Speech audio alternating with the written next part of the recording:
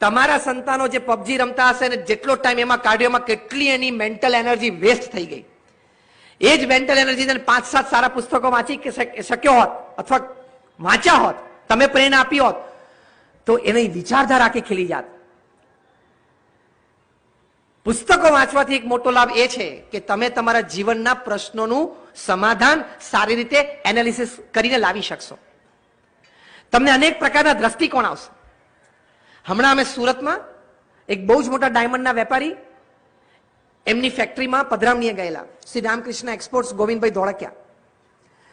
એમના લગભગ 8-10 માળના central air condition બિલ્ડિંગમાં 3,500 ડાયમંડના કારીગરો કામ કરે છે. એમાં ઉપલા માળે એમને 3 મશીન અમને બતાવ્યા, દરેક મશીન 12 કરોડનું. 12 કરોડનું એક મશીન. એમને મને કહ્યું કે ઇઝરાયલ મેડ મશીન્સ છે. મેં કહ્યું ફાઇન. મેં કહ્યું આની વિશેષતા શું? એમણે મને કહ્યું કે આ 12 કરોડનું મશીન છે, એ મશીનની અંદર અહીંયા એના પ્લેસમેન્ટ ઉપર કોઈ ડાયમંડ કે કોઈ હીરો એટલે મૂકવામાં આવે, વિધિન 2 મિનિટ્સ આ મશીન આ ડાયમંડને 2 કરોડ એંગલથી ચેક કરે. આ મશીન ડાયમંડને 2 કરોડ એંગલથી ચેક કરે અને એનો ભાવ નક્કી કરે. અને આ મશીને નક્કી કરેલો ભાવ સર્વત્ર માન્ય થાય. આ મશીન બગડે તો એ ઇઝરાયલ બેઠા બેઠા ઓનલાઈન આ મશીન રિપેર કરી શકે, પણ બગડે જ નહીં, પણ કદાચ તો. એ જોઈને મને વિચાર આવ્યો કે જો તમે જીવનમાં સદવાંચન કર્યું હોય ને, તો તમે પણ તમારા જીવનના ઘણા બધા પ્રશ્નોને ઘણા બધા એંગલથી મૂલવી શકો. There is also machine here. તમે તમારા પ્રશ્નોને ઘણા એંગલે મૂલવી શકો. તમે વાંચન નહીં કર્યું હોય ને, સાંભળજો, તમે સદવાંચન નહીં કર્યું હોય અને ભરપૂર પ્રમાણમાં વાંચન નહીં કર્યું હોય ને, તો તમે તમારા પ્રશ્નોનું સમાધાન ઇમોશનલ જર્ક ઉપર કરશો. કે લાગણીનો ઉભરો આવી ગયો, છૂટાછેડા આપી દીધા. લાગણીનો ઉભરો આવી ગયો, કાગળ ફાડી નાખ્યા. લાગણીનો ઉભરો આવી ગયો, મારકૂટ કરી લીધી. ઇમોશનલ જર્ક ઉપર તમે તમારા પ્રશ્નોનું સમાધાન લાવશો, જેના લીધે તમે પાછળથી પસ્તાશો, કારણ કે વાંચનની ખામી છે. સદવાંચનથી તમે સદવિચાર ઉપજ્યો હોય, તમારામાં સ્થિરતા રહે, ધીરતા રહે, તમે પ્રશ્નને ઘણા દ્રષ્ટિકોણથી મૂલવી શકો. અને કયો દ્રષ્ટિકોણથી તમને, તમારા પરિવારને, તમારા સમાજને અને દરેક વ્યક્તિને લાભાન્વિત થાય છે, એવા સમાધાન ઉપર તમે આવી શકો. From emotional jerk solution to thought based solution and from thought based solution to value based solution, એ વાંચનથી આવે. એ સદવાંચનથી આવશે. માટે એ રાખવું ખૂબ જરૂરી છે. ભગવાન સ્વામિનારાયણ એમના વચનામૃતમાં, સારંગપુરનું 3જું વચનામૃત છે, એમાં ભગવાન સ્વામિનારાયણ આપણને એક સુંદર રીત શીખવાડી છે. વાંચનનો લાભ મેક્સિમમ જીવનમાં કેવી રીતે ઉઠાવવો. ભગવાન સ્વામિનારાયણે 4 પગથિયાં આપ્યા: શ્રવણ, મનન, નિધિધ્યાસ અને સાક્ષાત્કાર. એમ વાંચન, મનન, નિધિધ્યાસ અને સાક્ષાત્કાર. તમે વાંચ્યું પછી સારી રીતે વિચાર કરીને જે 2 વાત કે 2 વિચાર તમને ગમ્યા હોય, એ તમારે જુદા લખવા જોઈએ. એ જુદી લખેલી વાત એ તમારે વારે વારે વાંચવી જોઈએ. એ વારે વારે વાંચેલી વાત સહજ રીતે તમને જ્યારે જરૂર પડે, ખાલી પ્રવચન માટે નહીં, પણ જીવનમાં સમસ્યાના સમાધાન માટે જરૂર પડે, ત્યારે સહેજે સ્ફૂરી આવે, એને સાક્ષાત્કાર કહેવાય. તો વાંચન, મનન, નિધિધ્યાસ અને સાક્ષાત્કાર. અમારા પ્રથમ ગુરુ ગુણાતીયન સ્વામીએ બહુ સરસ એક વાત લખી છે.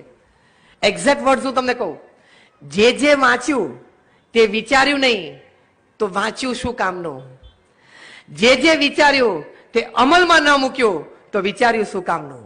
માટે જે વાંચીએ તે વિચારીએ, અને વિચારીએ તે અમલમાં મૂકીએ, તો એ વાંચન સાચું.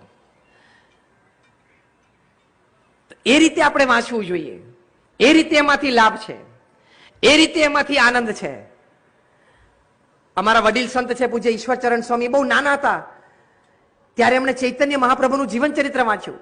એમાંથી એમના અંતરમાં ભગવાન પ્રત્યેની ભક્તિમાં આનંદ છે અને એક ભક્તિ સ્ફુરી. પછી એમણે ગાંધીજી સાથે રહીને મહાદેવભાઈ હાથીએ જે બધી ડાયરી લખેલી, એ બધી એમને ડાયરી પણ એમને વાંચી.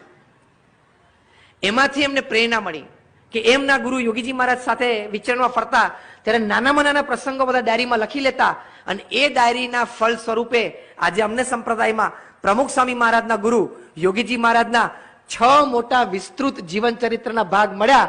એ આ પૂજ્ય ઈશ્વરચરણ સ્વામી લખેલી ડાયરી અને એ પ્રેરણા મહાદેવભાઈની ગાંધીજીએ લખેલી ડાયરી એ વાંચેલી, એમાંથી પ્રેરણા. One step by a man. જ્યારે નીલ આર્મસ્ટ્રોંગે ચંદ્ર ઉપર પહેલો પગ મૂક્યો ને ત્યારે ન્યુયોર્ક ટાઈમ્સના પહેલા પાના ઉપર હેડિંગ આવેલું કે one small step by a man but a giant leap for mankind. કે માણસે તો એક ડગલું મૂક્યું પણ માનવ વિકાસ એની એક હરણફાર થઈ. એમ તમે એક સારું પુસ્તક વાંચો કે લખો, જે મેં બધા પ્રસંગ સિવિલ ડિસઓબિડિયન્સના કયા, અંકલ ટોમ્સ કેબિનના કયા, આ મહાદેવભાઈની ડાયરીના કયા, તમે એક સારું પુસ્તક વાંચો, એમાંથી ઘણી વખત એક મોટી ક્રિયા જન્મે, એક મોટો જુવાળ જન્મે, સમાજમાં એક આમૂલ પરિવર્તન આવી શકે એટલી ક્ષમતા શબ્દોમાં, વાંચનમાં ને પુસ્તકમાં રહેલી છે. એ એડવાન્ટેજ આપણે આપણા જીવનમાં લેવો જોઈએ. એટલે છેલ્લે એટલી વાત કરી દઉં, બહુ મોટા વિશ્વવિખ્યાત જર્મન ઇન્ડોલોજિસ્ટ મેક્સ મુલર જ્યારે ભારતમાં આવ્યા અને ભારતના તમામ સદગ્રંથો એમને ખૂબ સારી રીતે વાંચ્યા અને 12 વર્ષ અહીંયા રહેલા. એ મેક્સ મુલર એમના જીવન ચરિત્રમાં લખ્યું કે if I were asked under what sky the human mind has pondered upon some of the most difficult problems of human life, I would without any hesitation say it is India. એ ભારત છે. એટલે કે હું એમનું આ અનુવાદ કરું છું. Max મુલરે લખ્યું કે મને કોઈ પૂછે કે કયા આકાશ નીચે માણસે સૌથી વધારે ઊંડાણપૂર્વક જીવનના મનુષ્યના પ્રશ્નો વિશે વિચારીને સંશોધન કરીને યોગ્ય સમાધાન લાવ્યા છે સુખાકારી અને શાંતિભાઈ જીવન માટે, તો હું વાત કરીશ કે ભારત અને ભારતના મનુષ્યને. It is a pointing finger towards Kant and Pluto. કોઈ પ્લુટોને વાંચ્યા હોય, કોઈ કેન્ટને વાંચ્યા હોય, એ લોકો માટે પણ આ માર્ગદર્શન સમાન છે, એવું મેક્સ મુલરે તે વખતે લખેલું. તો આટલું બધું એક ટ્રેઝર, આટલી બધી મોટી વાત એ આપણી પાસે છે. છેલ્લો એક પ્રસંગ એનું પૂરું કરું. હેનરીએ પુસ્તક લખ્યું ડાય એમ્પ્ટી. તમે ભૂખ્યા મરો. પુસ્તકનું નામ છે ડાય એમ્પ્ટી, કે તમે ભૂખ્યા મરો. બહુ સરસ પુસ્તક છે. આ પુસ્તકમાં એમણે એના પુસ્તકનો જન્મ કેવી રીતે થયો એમણે કહ્યું કે I was a basically a management student. અને હું મારા ક્લાસમાં ગયો તો એક દિવસ મારા પ્રોફેસરે મને પૂછ્યું, મારા પ્રોફેસરે મને કહ્યું કે which are the most rich lands upon this અર્થ. ત્યારે એક છોકરાએ ઉત્તર આપ્યો કે the diamond mines of Africa. અમારા પ્રોફેસરે ના પાડી. બીજા એક વિદ્યાર્થી હાથ ઊંચો કર્યો, પ્રોફેસરે કહ્યું બોલ, એટલે એને ઉત્તર આપ્યો કે ધ બિલ્ડર્સ ઓફ મુંબઈ. આ બધા ખૂબ ધનાઢ્ય કમ્યુનિટી અને રિચ લેન્ડ્સ કહેવાય. ત્રીજાએ ઉત્તર આપ્યો કે oil wells of Middle east.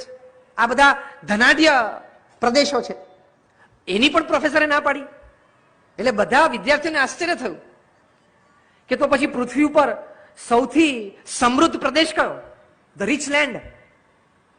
ત્યારે પ્રોફેસરે ઉત્તર આપ્યો કે ધ રિચેસ્ટ લેન્ડ, પૃથ્વી ઉપર સૌથી સમૃદ્ધ પ્રદેશ, the richest land upon this earth is the symmetry, એટલે કે સ્મશાન. કેમ? તો કે ત્યાં ઘણા બધા એવા લોકો છે કે એના મનમાં ઘણા સારા વિચારો હતા પણ એ વ્યક્ત કર્યા વગર, પૃથ્વીને આપ્યા વગર, અને હમણાં જેમ જયે વાત કરી એમ આવતી પેઢીને એ વારસામાં આપ્યા વગર એ મૃત્યુ પામી ગયા. એટલે સૌથી સમૃદ્ધ પ્રદેશ કયો છે? સ્મશાન. કે જ્યાં ઘણા બધા સારા વિચારો, ઉમદા વિચારો, કદાચ એમાંના ઘણા વિચારો એવા હતા કે they could have created a big change in the society, એ ન આપી શક્યા, એ લઈને એમને મરી ગયા, એટલે સૌથી સમૃદ્ધ પ્રદેશ એ કહેવાય. આ વાત ઉપરથી આ લેખકને વિચાર આવ્યો અને એમને પુસ્તક લખ્યું છે ડાય એમ્પ્ટી, એટલે કે ભૂખ્યા મરજો. એટલે કે તમે મરો એ પહેલા તમારા મનમાં જે સદવિચાર હોય, ઉત્કર્ષ સંબંધી વાતો હોય, પ્રગતિ સંબંધી વિચારો હોય એ તમામ કોકને આપીને અથવા તો લખીને, ભલે તમે લેખક ન હો, તમારું કોઈ પબ્લિશિંગ હાઉસ પબ્લિશ ન કરવાનું હોય, છેવટે નોટ અને પેન લઈને ક્યાંક લખીને તો જજો જ. Die empty, don't take the treasure with you. ખજાનો તમારી સાથે લઈ જવાની જરૂર નથી, ભૂખ્યા મરજો. તો બહુ જ સુંદર ઉપદેશ છે. એટલે અહીંયાથી તમને બધાને લેખક બનવાની છૂટ આપવામાં આવે છે. ઘણા વિશિષ્ટ લેખકો, અહીં શૈલેષ બેઠા છે, એ બધા વિશિષ્ટ લેખકો, એમના 30, 40, 50 પુસ્તકો પબ્લિશિંગ હાઉસમાં પબ્લિશ થયા હોય. અને અહીંયા બધા બેઠા છે, ભલે આપણે લેખક નથી, પણ આપણે ઘરમાં નોટબુક અને પેન લઈને કંઈક તો લખી શકીએ કે નહીં? ભલે કોઈ પબ્લિશ ના કરે, કોઈ ના વાંચે, પણ લખો તો ખરા. Start writing. તો એનો લાભ કોક દિવસ કોકને ક્યારે, એનો લાભ કોક દિવસ કોકને ક્યારેક ચોક્કસપણે મળશે, એ હકીકત છે. તો આવી રીતે અહીંયા રાજકોટમાં બુક ફેરમાં, આ સાહિત્ય સંવાદમાં આપણે સૌ અહીંયા અત્યારે રાત્રે લગભગ 10 વાગે પણ આટલી સારી સંખ્યામાં આપ સૌ રસિક વાંચકો અહીંયા બેઠા છો, વિચારકો સારા બેઠા છો. આ દ્રશ્ય જોઈને અમને ખૂબ આનંદ થાય છે. અને અત્યારે ખરેખર લોકો જ્ઞાન પીપાસુ છે. હમણાં ગયા મહિને, એટલે કે જાન્યુઆરીની 11મી તારીખે, જસ્ટ 1 month બેક, ત્યાં સુરતમાં ઇન્ડોર સ્ટેડિયમમાં એક પ્રવચન મારું ગોઠવાયેલું યુથ ફાઉન્ડેશનમાં. લગભગ એ બહુ જ કેપેસિટી ફૂલ, લગભગ 12,000 બેસી શકે એવું ઓડિયન્સ છે. કાર્યક્રમ આગળ ધપતા ધપતા મારો પ્રવચનનો વારો આવ્યો 10:30 રાત્રે, અને બધા યુવાનો બેઠા હતા. મને ડર એ હતો કે હમણાં 5-10 મિનિટમાં બધા ઉભા થઈ જશે. અને મને આયોજકો એમ કહ્યું કે તમારે સ્વામી ઓછામાં ઓછું 1.25 કલાક બોલવાનું છે. મેં કહ્યું 1.25 કલાકે તને ખબર છે 10:30 અને 11:45 થાય? તો કે ના, તમે શ્રદ્ધા રાખજો. મેં કહ્યું અમે તો સંતો શ્રદ્ધાળુ છીએ, અમે ઘડિયાળ સાથે પણ બોલવા ટેવાયેલા છીએ અને કેલેન્ડર સાથે પણ બોલવા ટેવાયેલા છીએ. We can talk with the clock and we can talk with the calendar. देखो, हमने तो बोलશું, અમને કોઈ પ્રશ્ન નથી. We don't charge. હું તો કોઈ દિવસ 26 વર્ષથી નેશનલ ઇન્ટરનેશનલ સેમિનાર્સમાં બોલું છું, એક પૈસો પણ ચાર્જ નથી કરતો. હું તો મારા ગુરુની આજ્ઞાથી એક સમાજ સેવા કરું છું. I will not mind if there are 5 or 50,000. It's same for me. તો કે ના, તમે બોલો.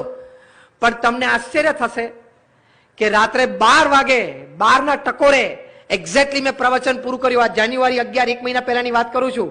12,000 યુવાનો યુથ ફાઉન્ડેશનના બેનર નીચે બેઠેલા, એક પણ યુવાન ઉભો નહોતો થયો. આ હું પ્રવચનની દ્રષ્ટિએ વાત નથી કરતો, કે મેં પ્રવચન કર્યું એ દ્રષ્ટિએ વાત નથી કરતો. સમજો, હું એ દ્રષ્ટિએ વાત કરું છું કે આજના યુવાનોને પણ એન્ટરટેનમેન્ટમાંથી ઘણો ત્રસ્તપણો અનુભવાય છે, અને વાંચન, વિચાર અને સારા પ્રવચનોને એ લોકો પણ આદર આપે છે અને બિરદાવે છે. આ દ્રષ્ટિકોણથી વાત કરું છું. એટલે તમે હવે યુવા પેઢીને ગાળો ન દેતા, તમારા તરુણોને ગાળો ન દેતા કે આને કઈ વાંચનનો શોખ જ નથી, આ કઈ આમ સારું વાંચતો જ નથી, કોઈ સારું પુસ્તક મેં એના ટેબલ ઉપર પાઠ્યપુસ્તક સિવાયનું જોયું જ નથી, એવું તમે અનુમાન પણ ન કરતા, એના પ્રત્યે અભિગમ પણ ન બાંધતા. તમે એને થોડોક એ માર્ગે ચલાવશો ને તો બહુ સારી રીતે એ માર્ગે દોડતો થઈ જશે. Choice is yours. If you make a right choice, you stand a good chance for a great change. 3C યાદ રાખજો. તમે સારી ચોઇસ યોગ્ય સમયે કરશો તો તમારા હાથમાં એક પરિવર્તન માટેનો સારો ચાન્સ આવશે. A good choice done at the right time stands you a good chance for a great change. અને great change comes by word, the power of word, the power of book. આપ સૌનો ખૂબ ખૂબ આભાર. આયોજકોને ખૂબ ખૂબ અભિનંદન છે. અને ખૂબ સારા વિચારો સાથે આપણે અહીંથી વિરમીએ. અને એક છેલ્લી વાત કરી દઉં. અહીંથી તમે ઊભા થઈને ઘરે જશો, રસ્તામાં તમારી પાસે 10 મિનિટ છે, 15 મિનિટ છે ને 20 મિનિટ પણ છે.